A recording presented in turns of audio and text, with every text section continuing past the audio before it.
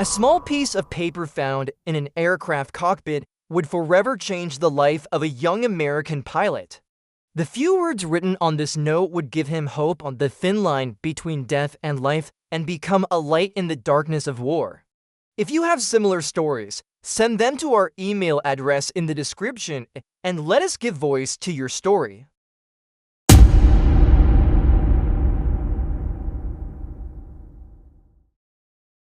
I am Lieutenant Robert Mitchell. My friends used to call me Bobby. As I tell you this story, reliving those days in my mind still deeply affects me. I was 25 years old and came from Springfield, a small town in Ohio.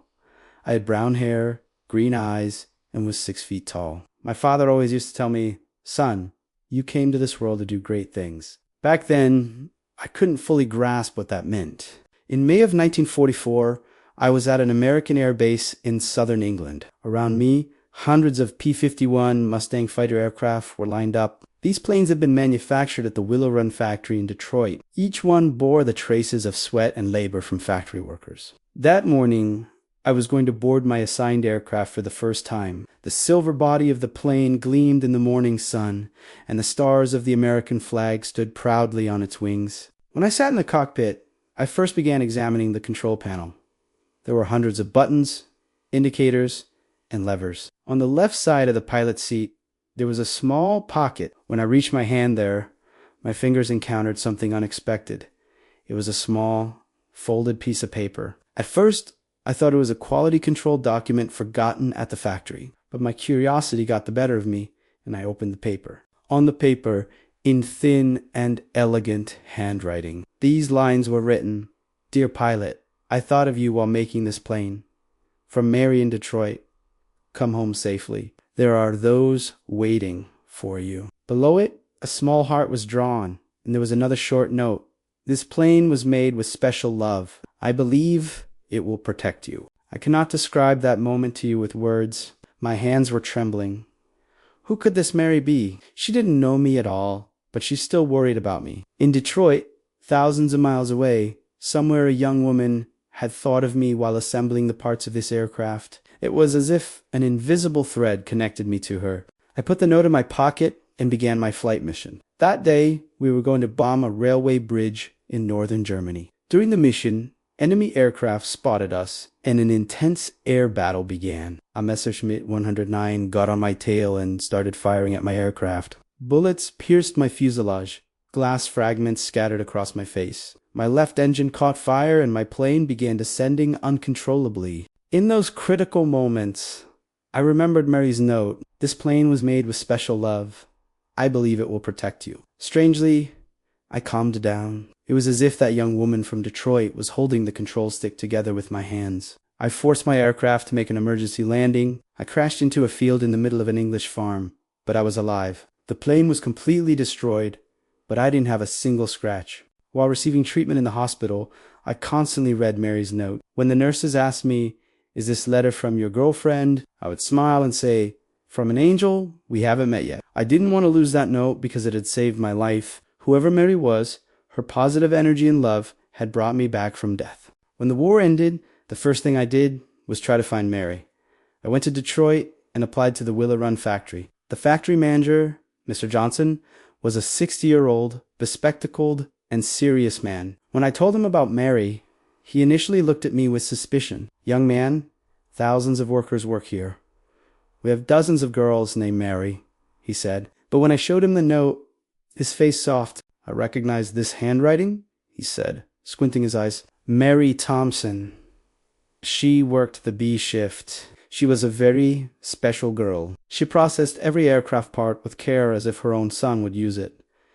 He gave me Mary's address. My heart began beating rapidly. Finally, I was going to find her. I learned that Mary lived in a small 2-story house in one of Detroit's suburbs. When I stood in front of the house, my hands were sweaty. When I knocked on the door, it opened, and before me appeared a beautiful young woman, about 22 years old, with brown hair and blue eyes. She was wearing a blue dress, and her hair fell to her shoulders. "This must be Mary." "Hello, are you Mary Thompson?" I asked. She replied, "Yes. Who are you?" There was curiosity and slight concern in her voice. I took out the note from my pocket and showed it to her. I am Lieutenant Robert Mitchell. I found this note in my aircraft. Mary's facial expression changed. Her eyes filled with tears and she brought her hand to her mouth. Oh my God. Really? That note, I wanted the pilot using the aircraft to be safe. Are you really alive? She said. I'm alive thanks to you.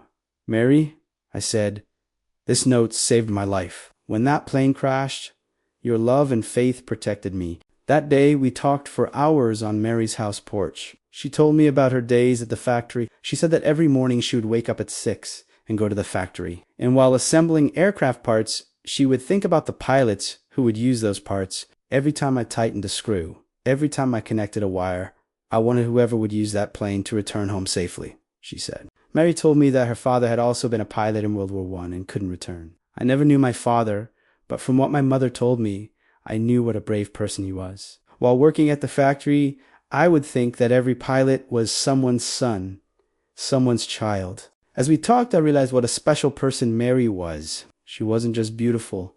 She also had a loving heart. There was that innocent sparkle in her eyes, that sincere tone in her voice. I felt as if I had known her for years. From that day on, Mary and I began meeting regularly. I found a job in Detroit and started living near her. Every moment I spent with Mary was special. We would walk together, go to the movies, sit in the park, and talk for hours. Mary's laughter healed my soul. 6 months later, I proposed to Mary. I had a ring made for her from a metal piece I had retrieved from the wreckage of my old aircraft. Mary, you saved my life twice. Once with that note, once with your heart. Will you marry me? When I said this, her eyes filled with tears, and she said, Yes, Robert, I will marry you. We held our wedding in the spring of 1940. We got married in the small white church of our Springfield town in Ohio. Mary wore a pure white wedding dress that day and had spring flowers in her hair. Her eyes sparkled so much that day, it was as if there were thousands of stars in them. At our wedding ceremony, we had placed that old airplane note in a golden frame right in the center of the main table. When guests saw this note, they would wonder about our story, and we would tell them this magnificent love story. We spent our honeymoon by Lake Michigan. During those peaceful days, Mary told me about her childhood. She had grown up in Detroit's working-class neighborhood, and her mother had raised her alone. When she started working at the factory, she was only 19 years old. My first day was very scary, Bobby, she would tell me. Those giant machines, that noise, hundreds of people, ... But then you realize that everyone is there for the same purpose, to win the war and bring our loved ones home. Mary also told me about her friends at the factory, Betty, Rose, Margaret. They were all young girls, and they were all waiting at home for men who had gone to war. When their shifts ended, they would all sit together and write letters. Mary, however, had no one to write letters to. She had no father, no boyfriend. I will find someone like you someday too, she would think.